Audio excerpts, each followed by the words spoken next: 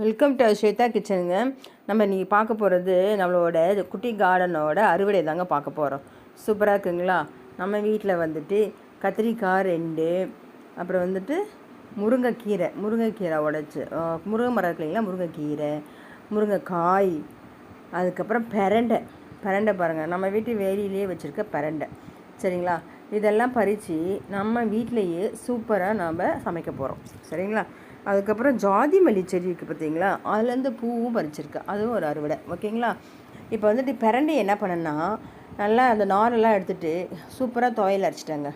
நல்லா உளுந்து வறுத்து போட்டு, உளுந்து, மிளகு, ஜீரகம், பூண்டு, புளி, உப்புங்க, அவ்வளோதான் பிரண்டை துவையல். அப்படியே செமையாக இருக்குது, தாளிச்சிட்டா சூப்பராகிடும். அப்புறம் முருங்கைக்காய் போட்டு என்ன செஞ்சேன்னா செமையாக பொரியல் செஞ்சுட்டாங்க. குட்டி குட்டியாக அரிஞ்சு போட்டு பொரியல். இந்த முருங்கைக்கீரையை வந்துட்டு அப்படியே வதக்கிட்டேங்க, வதக்கியாச்சு. கத்திரிக்காய் போட்டு சாம்பார் வச்சுட்டேன். கத்திரிக்காய் கூட ஒரு நம்ம மரத்துக்காயே ஒரு முருங்கைக்காய் போட்டு கத்திரிக்காய் போட்டு சாம்பார் வச்சுட்டேன்.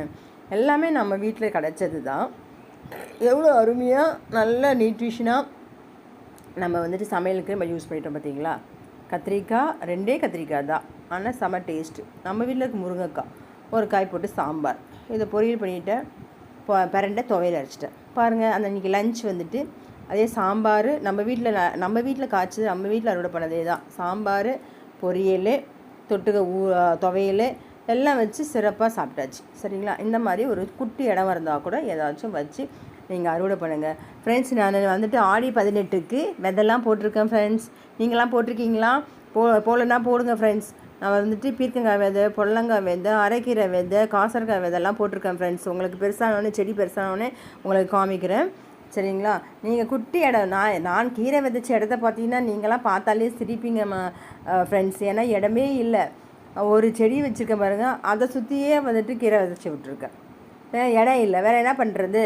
ஆனால் எனக்கு போட்டு ஒரு 4 செடியாக பிடுங்கி நான் வந்துட்டு கீரை கடையணும், கீரை கூட்டு செய்யணும். சரிங்களா? அப்படியே மேலே போனேங்க. மேலே போயிட்டு அப்படியே ஜாதி மல்லி இருந்துச்சுங்களா, ஜாதி மல்லி பறிச்சுட்டு வந்துட்டு அழகாக கட்டி தள்ளி வச்சுட்டேன். இதெல்லாமே நம்ம வீட்டு அறுவடை தான். ஓகேங்களா? நீங்களும் இதே மாதிரி செய்யுங்க ஃப்ரெண்ட்ஸ். இந்த வீடியோ பிடிச்சா லைக் பண்ணி, ஷேர் பண்ணி, கமெண்ட் பண்ணி, சப்ஸ்கிரைப் பண்ணுங்கள் ஃப்ரெண்ட்ஸ். ஸ்வேதா கிச்சனுக்கு சப்ஸ்கிரைப் பண்ணாதவங்களாம் சப்ஸ்கிரைப் பண்ணுங்க ஃப்ரெண்ட்ஸ். மறக்காமல் சப்ஸ்கிரைப் பண்ணுங்கள் ஃப்ரெண்ட்ஸ். பாருங்கள், ஜாதி மல்லி செம்ம சீசனுங்க, செம்ம சூப்பராக இருக்குங்க.